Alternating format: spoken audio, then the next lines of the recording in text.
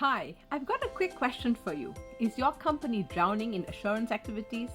You've got risk management, compliance, cybersecurity checks, IT audits, internal audits.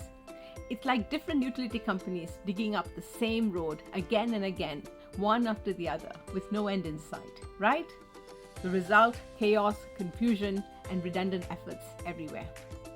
You're not alone. Corporate India is potentially having an assurance crisis. But guess what? There is a solution: assurance mapping. Now, before you go thinking, great, yet another layer of bureaucracy, just hear me out. Assurance mapping is your ticket out of this mess. It cuts through the chaos, streamlines overlapping controls, and ensures your organization isn't wasting resources or worse, missing critical risks. Think of assurance mapping like planning a party. Risk management sets up the decoration, compliance bakes the cake, internal audit handles the guest list. But if no one's coordinating, it's a recipe for disaster.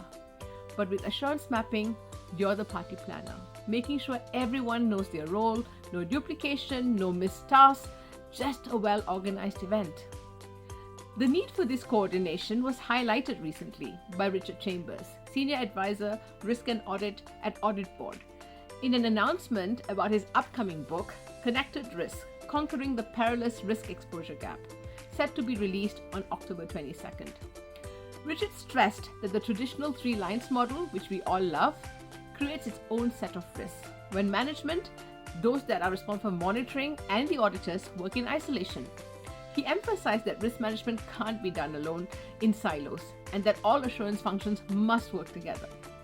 His book potentially reinforces the importance of a live, active, technology-enabled assurance map to bridge these gaps and improve collaboration. We'll have to wait for the book to find out. Why is this crucial for corporate India now?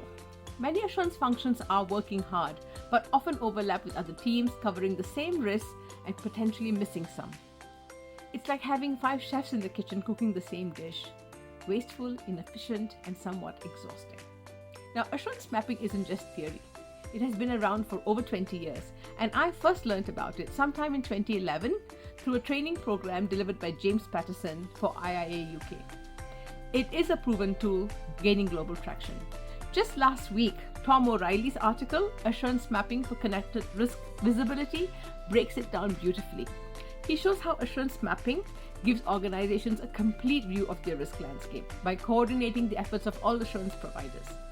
Tom also points to IIA Standard 9.5, which stresses the need for internal audit teams to collaborate with other assurance functions. This could be a game changer for corporate India, where duplicated efforts and resource wastage are rampant. His article highlights how valuable assurance mapping can be, not just for compliance, but for boosting overall efficiency. But who should own this process? Whether the CRO or the CAE isn't really the point. It's about finding the right fit. It's like deciding who drives on a road trip. Either way, we are all heading in the same direction. Personally though, I think the CAE is in the best position because they have the broadest view of the organizational landscape. However, building an assurance map isn't just about a technical know-how. It's about people. Yes, about people. It requires breaking down silos, fostering trust, and collaborating with teams you may have never worked with before. You'll need a few power skills to make this work.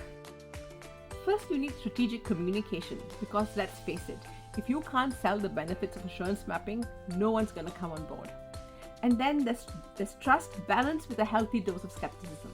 You need to trust your colleagues, but you must keep a keen eye out for the bigger picture to ensure that everyone is doing their part. And finally, collaboration is crucial. You'll be working with teams who may have no clue what you're up to, and more importantly, with whom you've never spoken to before. And then there's courage. Yep, don't forget courage. You might uncover some uncomfortable truths, gaps in your coverage or overlapping controls. But hey, that's what this is all about. Better to face the issues now than let them turn into bigger problems down the road. So what are you waiting for? If your organization is bogged down by redundant controls and assurance overload, it's definitely time to step up and start mapping.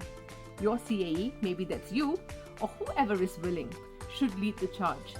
Start small, involve everyone, and watch as assurance mapping helps streamline your processes. Once your assurance map is up and running, managing risks will feel a lot less chaotic and a lot more like hosting a well-planned party. Now, who wouldn't want that? I have put links to Tom's article in my post. It has plenty of resources to help you get started.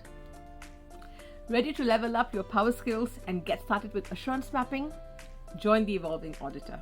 Hit like and subscribe for more insights just like this. I'd love to hear how you're implementing assurance mapping in your organization. Thanks for listening and happy mapping.